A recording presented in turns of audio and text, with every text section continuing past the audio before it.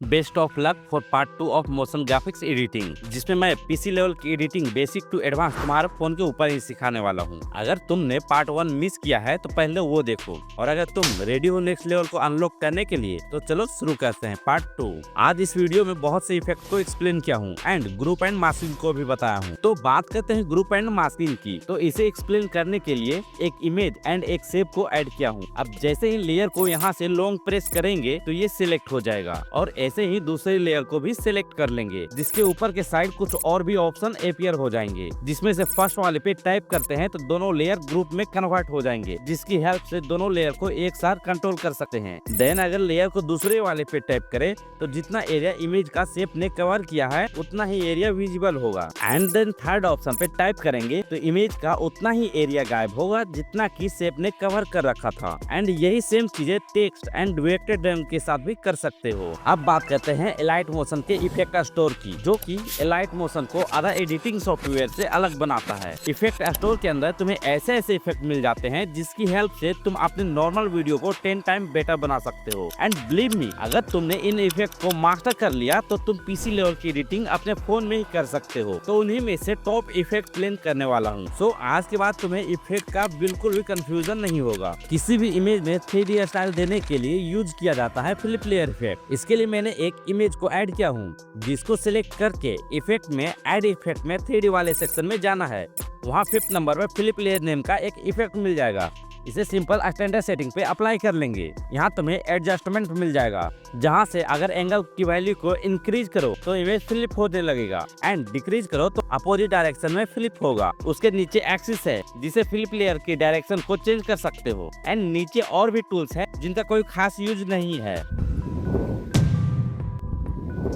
Object के effect में add effect में आकर 3D वाले सेक्शन में आते हैं। यहाँ तुम्हें पेज कर्ल नेम का एक इफेक्ट मिल जाएगा। इसे भी स्टैंडर्ड सेटिंग पे अप्लाई कर लेना है। अब तुम देखोगे अपने PNG में एक कर्ल आ जाएगा, जहाँ इन टूल्स की हेल्प से इफेक्ट को चेंज कर सकते हो, जैसे कि प्रोग्रेस की लिमिट को इंक्रीज या डिक्रीज करके PNG की कर्ल को घटा या बढ़ा सकते हो। रेडियस की हेल्प से कर्ल की साइज को चेंज कर सकते हो। एंड एंगल की हेल्प से डायरेक्शन को चेंज कर सकते हो। नीचे और भी सेटिंग है जिनका कुछ खास यूज नहीं है। ये इफेक्ट 3D में काफी यूजफुल है, जिसे ऐड करने के लिए इफेक्ट में ऐड इफेक्ट पर टाइप करके 3D वाले सेक्शन में आ जाना है, जहां से इस रेस्टर एक्सक्यूड वाले इफेक्ट को स्टैंडर्ड सेटिंग पे अप्लाई कर देना है। अब यहाँ ओरिएंटेशन की हेल्प से रोटेशन की डायरेक्शन को चेंज कर सकते हो, एंड रोटेशन की हेल्प से ऑब्जेक्ट को रोटेट कर सकते हो। देन अगर थिकनेस को कम या ज्यादा करना है तो डेप्थ की हेल्प से कर सकते हो। नीचे और भी टूल्स मिल जाएंगे जिनके अपने अकॉर्डिंग सेटिंग करके देख सकते हो। कोई भी ऑब्जेक्ट को 3D इफेक्ट देने के लिए इफेक्ट में से ऐड इफेक्ट में आकर ड्राइंग एंड एज वाले सेक्शन में आना है, एंड स्मूथ वोवेल को स्टैंडर्ड सेटिंग पे अप्लाई कर देना है, जिससे ऑब्जेक्ट स्मूथ एंड 3D दिखने लगेगा। अब यहाँ रेडियस की हेल्प से इफेक्ट की स्ट्रेंथ को कंट्रोल कर सकते हो। डिफ्यूजन की हेल्प से शैडो की एंगल को चेंज कर सकते हो। स्पेकुलर एंगल की हेल्प से इसकी व्हाइट साइन को चेंज कर सकते हो। नीचे और भी सेटिंग्स है जिनकी कोई इंपॉर्टेंट काम नहीं है। एनिमेशन कैटेगरी के इफेक्ट ऐसे इफेक्ट हैं जो हमारे ऑब्जेक्ट को एनिमेट करने के यूज में आता है। ये जो मैंने कैनवास में एक शेप ऐड किया है, इसको सिलेक्ट करके इफेक्ट में से ऐड इफेक्ट पे टाइप करके ड्राइंग एंड एज वाले सेक्शन में आ जाना है। यहाँ से ड्राइंग प्रोग्रेस को स्टैंडर्ड सेटिंग पे अप्लाई कर लेना है। देन यहाँ तुम्हें 2 वैल्यू दिखेगा, स्टार्ट एंड एंड का, जिसमें से एंड को कम करे तो shape right to left erase होते दिखेगा, एंड वापस से एंड को बढ़ाए तो लेफ्ट टू राइट ड्रॉ होने लगेगा। एंड इसे एनिमेट करने के लिए एंड को 0 करके की फ्रेम को ऐड कर लेंगे, एंड एक की फ्रेम एंड में ऐड करके एंड को बढ़ा देंगे तो क्लिप में ड्राइंग एनिमेशन आ जाएगा।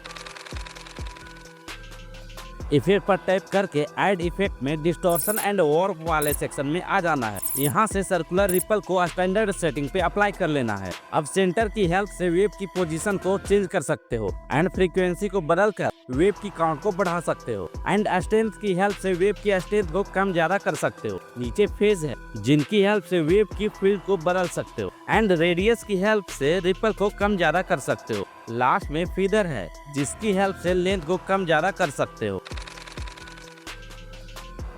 इफेक्ट पर टाइप करके ऐड इफेक्ट में से डिस्टॉर्शन एंड वार्प वाले सेक्शन में आ जाना है। देन सरफेस वाटर वेव को एज डिफॉल्ट स्टैंडर्ड सेटिंग पे ऐड कर लेना है। अब कलर वेव से वेव की कलर को चेंज कर सकते हो। ऑटो प्रोग्रेस की हेल्प से ऑटो एनिमेशन को ऑन कर सकते हो। देन प्रोग्रेस की हेल्प से प्रोग्रेस वेव को मैनेज कर सकते हो। देन वाटर वेव की स्पीड को मैनेज करने के लिए भी ऑप्शन मिल जाता है। एंड हाइट को भी यहाँ से बढ़ा सकते हो। एंड देन वेव की स्ट्रेंथ को बढ़ा सकते हो। वेव की ओपेसिटी को कंट्रोल करने के लिए अल्फा वेव है। एंड यहाँ से वेव की एंगल को भी बदल सकते हो। एंड अल्फा की हेल्प से ऑल ओवर ओपेसिटी को मैनेज कर सकते हो। अब कुछ ऐसा वेव एनिमेशन बन जाएगा। टेक्स्ट एनिमेशन बहुत ज्यादा यूजफुल है। इसके लिए इफेक्ट में से ऐड इफेक्ट में जाकर टेक्स्ट सेक्शन में आ जाना है, जहां फर्स्ट नंबर पर काउंट अप एंड डाउन करके एक इफेक्ट देखने को मिलेगा। इसे भी सिंपल स्टैंडर्ड सेटिंग पे अप्लाई कर लेना है। अब यहाँ ऐड की वैल्यू को बढ़ाने पर नंबर की काउंट डाउन बढ़ने लगेगा और मल्टीप्लाई को इंक्रीज करोगे तो नंबर मल्टीप्लाई होने लगेंगे। और अगर की फ्रेम की हेल्प से एनिमेट करो तो कुछ ऐसा दिखेगा। इसके लिए इफेक्ट में ऐड इफेक्ट में आकर टेक्स्ट वाले सेक्शन में आ जाना है। देन टेक्स्ट प्रोग्रेस को स्टैंडर्ड सेटिंग पे अप्लाई कर लेना है। अब एडजस्टमेंट में से स्टार्ट की वैल्यू को बढ़ाएंगे तो text right to left erase होगा। एंड टेक्स्ट कम करो तो वापस से अपीयर हो जाएगा। देन एंड की वैल्यू को कम करोगे तो text left to right animate होगा। अब कर्सर को ब्लिंक करना है तो ब्लिंक कर्सर को ऑन कर सकते हो। आज के लिए इतना ही। आगे और भी वीडियो आएगा तो चैनल के साथ जुड़े रहना। और जिसने पार्ट 1 मिस किया है वो राइट साइड पे क्लिक करके देख सकते हैं।